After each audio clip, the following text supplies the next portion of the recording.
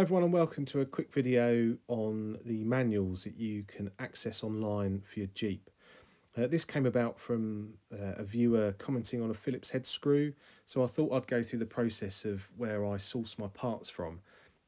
But in that you can see all of the other manuals that are available, not necessarily just for this Jeep, but for other military vehicles of the same period. So I hope you enjoy it. So in order to access it, what you need to do is just go onto your search engine. Here it's Google for me, and then type in www.pedros.cs. Once you've done that, just press enter and it will take you to his main site. So if you click on the top one, and then here's the site, and you can see all of the vehicles listed on the left hand side that you can pick from. For this, it's the M38A1, where you can see all of the encompassing manuals that this guy has uploaded onto his website.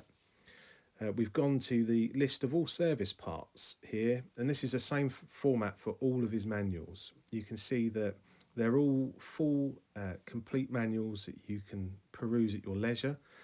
We're going to go to page 322 for this particular example, and we're going to zoom in ever so slowly on to the footman loop for the battery box cowl lid and the associated machine bolt, which is clearly labelled cross recess flat head.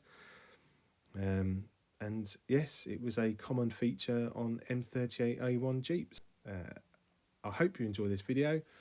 As with all my content, if you have, please like, share, subscribe and comment, and I'll see you later. What you gonna do?